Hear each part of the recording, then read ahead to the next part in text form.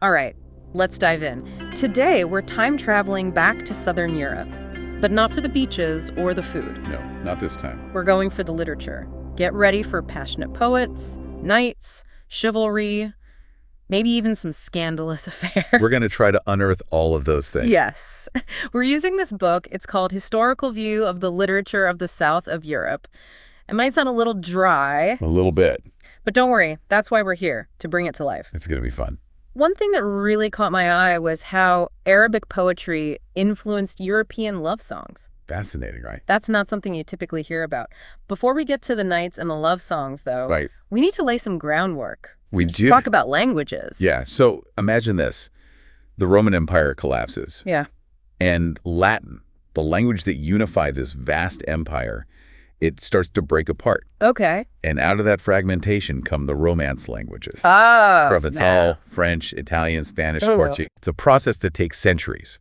And it happens during a time that wasn't really known for great literature. Right, the so-called Dark Ages. And our source doesn't exactly praise the writing from this era. Well, parchment was really scarce back then. Yeah. So people would write over ancient texts. Really? Imagine that. Ancient Greek, Roman works, erased and replaced with, well, what the book calls barbarous contracts and legendary absurdity. Oh, wow. It's kind of sad, isn't it? Yeah, it is. But I guess it makes sense in a way, right? It does. But we do still have some writing from that period, right? Yes, we do have works from historians. Okay.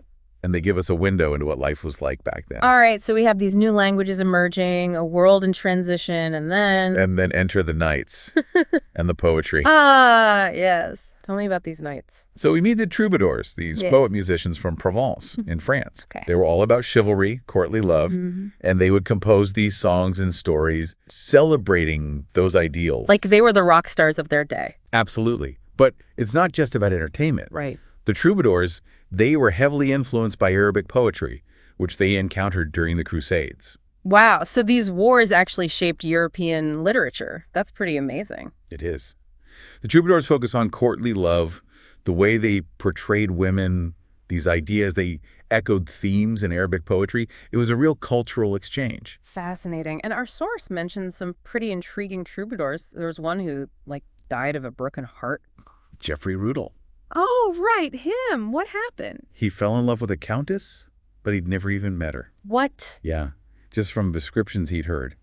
He set sail to find her, but died on the journey. Wow, he was a true romantic. He was, a little reckless. A little bit. And what about this Bertrand de Born? He sounds like he was a bit of a troublemaker. Oh, he was. A warrior poet, loved to stir up trouble. Uh-oh. His poems could even incite rebellions. Wow. Even Richard the Lionheart was a fan of his work. No way! Richard the Lionheart. The one and only. The one who was supposedly so into music that he was found in prison because of it. That's the one. Yeah.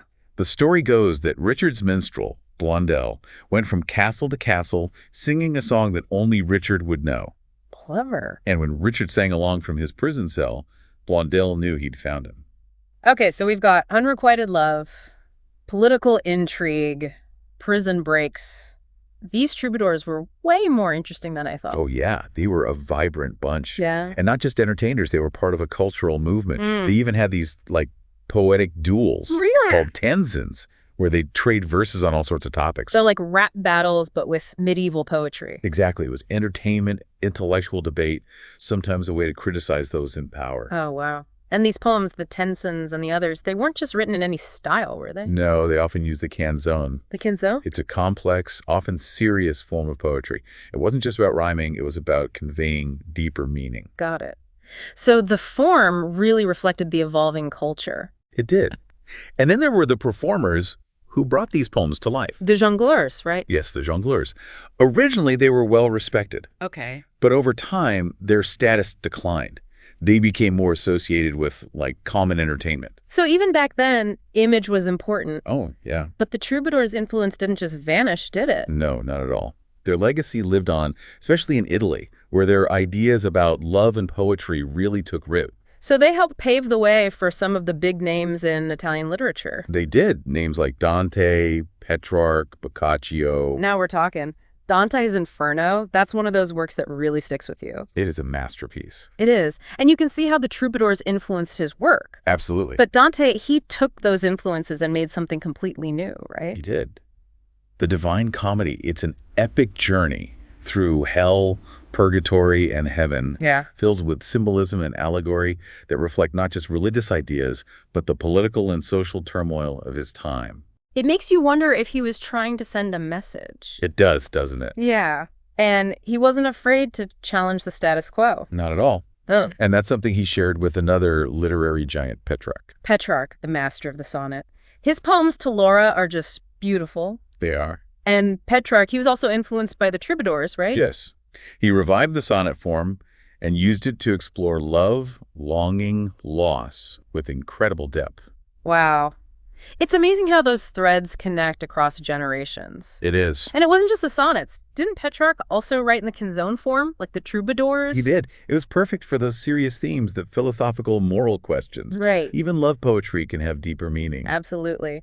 And then there's Boccaccio, who wrote the Decameron, a collection of stories set during the Black Death. Ah. Talk about a change of pace. It is, but it's more than just stories. Okay. It's social commentary, reflecting on human nature in the face of tragedy. Sure. And his descriptions of the plague are unforgettable. Wow. So from the romanticism of the Troubadours to the realities of the Black Death, it seems like Southern European literature has always reflected the full spectrum of human experience. It has. And as we move into the Italian Renaissance, that spectrum just keeps expanding. Okay, so let's head into the Renaissance then. And with the Italian Renaissance, well, it's a period of such cultural rebirth. Yeah. It's like Europe's waking up after a long sleep. Exactly. Rediscovering classical knowledge, new ideas, pushing the boundaries of art. Sounds like the perfect time for literature to flourish. It was. Think about figures like Lorenzo de' Medici, Okay. powerful ruler, patron of the arts. Oh, yeah. Wasn't he the one who supported Michelangelo, Da Vinci? He was.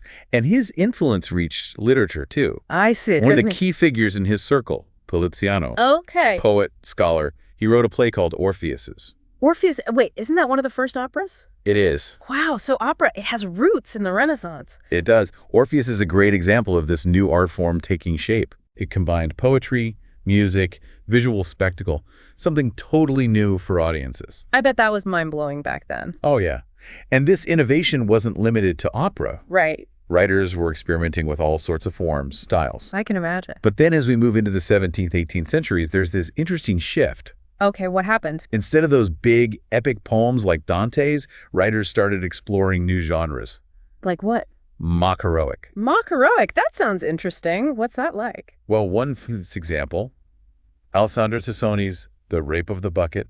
The Rake of the Bucket. Yep, a poem using that elevated style of epic poetry, but telling this absurd story. About what?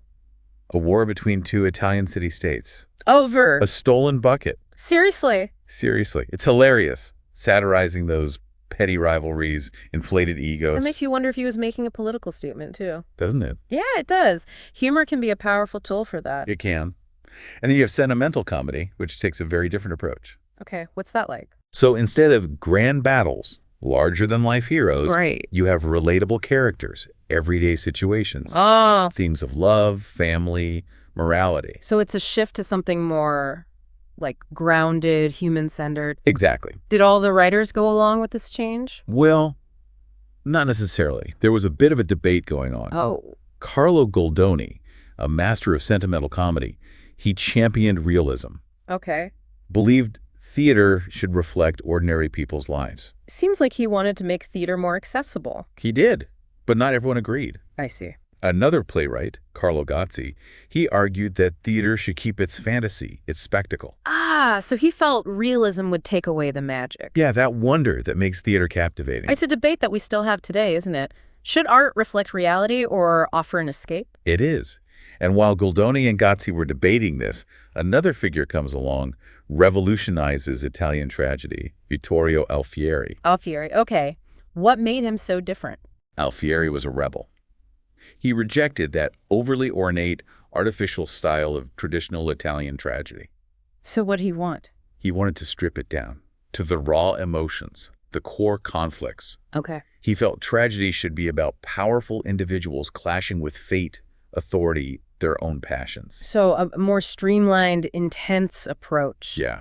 He even had his own rules for writing tragedy. Small cast, no subplots, final act brief, action-packed. Wow, so he was all about efficiency, impact. Exactly. And it's interesting, Alfieri's own life, full of drama, passion, Really? tumultuous love life, traveled widely, even got into duels. So he was living the kind of life he was writing about. He was. And speaking of intensity, we can't forget Torquato Tasso. Okay, Tasso, wasn't he the one who wrote Jerusalem Delivered? Yep, another epic poem. Right, so back to the epics. What's Jerusalem Delivered about? It takes us back to the 11th century, the First Crusade, the Siege of Jerusalem. Oh, okay. Full of epic battles, chivalrous knights. Probably a little romance thrown in. Of course. But one thing that's really captivating about this poem, Yeah. it's Tasso's portrayal of women. Oh, interesting. Tell me more. Take Clorinda, for example. Like- Warrior woman, fighting on the Muslim side. A warrior woman. I love it. She's brave, beautiful, and her story ends tragically. Wow. It adds this layer of complexity, exploring love, loyalty, clash of cultures. It's refreshing to see strong female characters in a genre that's often dominated by men. It is. And then there's Armida, a sorceress, Okay. uses her beauty, her magic, to seduce, manipulate the Christian knights. Oh, wow. She sounds fascinating. She represents temptation, the dangers of ambition. So we have a brave warrior, a powerful sorceress. It sounds like Tasso really gave his female characters depth, agency. He did. Yeah. How would you describe his overall style?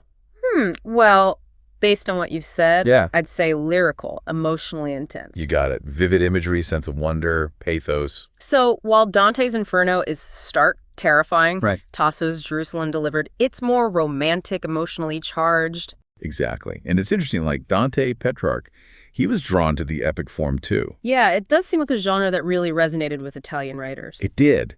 But while Tasso had success with Jerusalem Delivered, Right. his personal life, it was marked by tragedy. Oh no, what happened? Mental illness, spent years in confinement. That's so sad. Even brilliant minds can struggle. They can.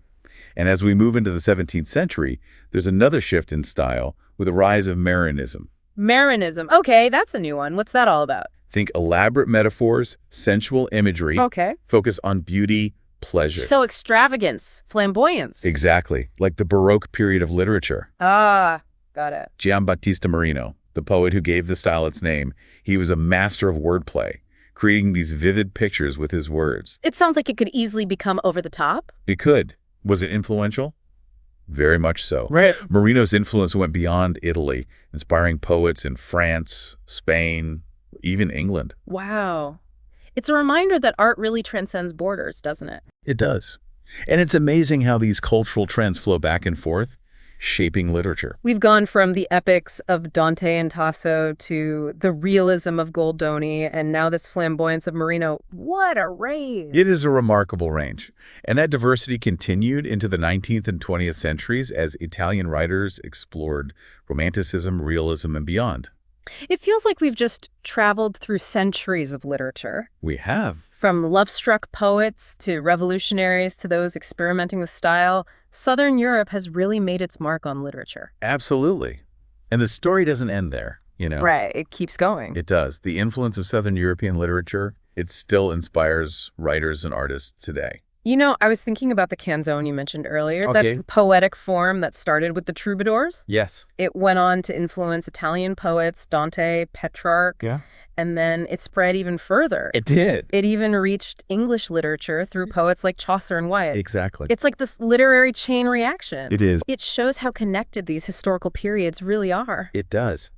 And it's not just about poetry either. Right. Think about those themes we've been discussing. Love, loss, fate, fighting against authority. Yeah. These are universal themes. They resonate across cultures, across time. It's true. Whether it's a knight longing for his lady or a revolutionary fighting for freedom, Yeah. these stories speak to something fundamental about being human. They do.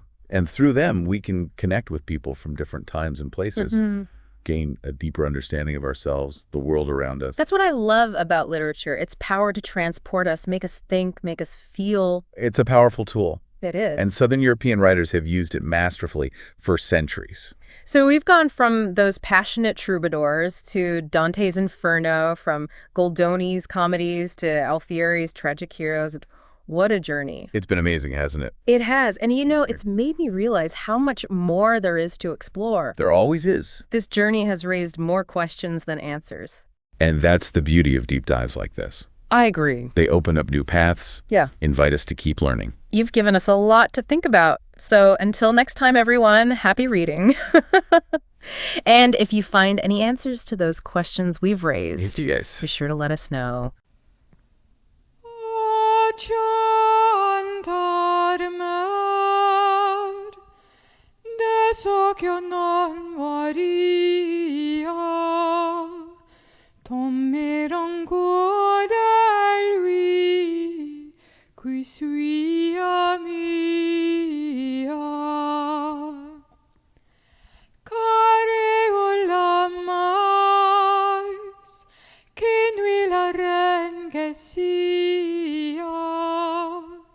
Bas lui non val meces ni cortesia.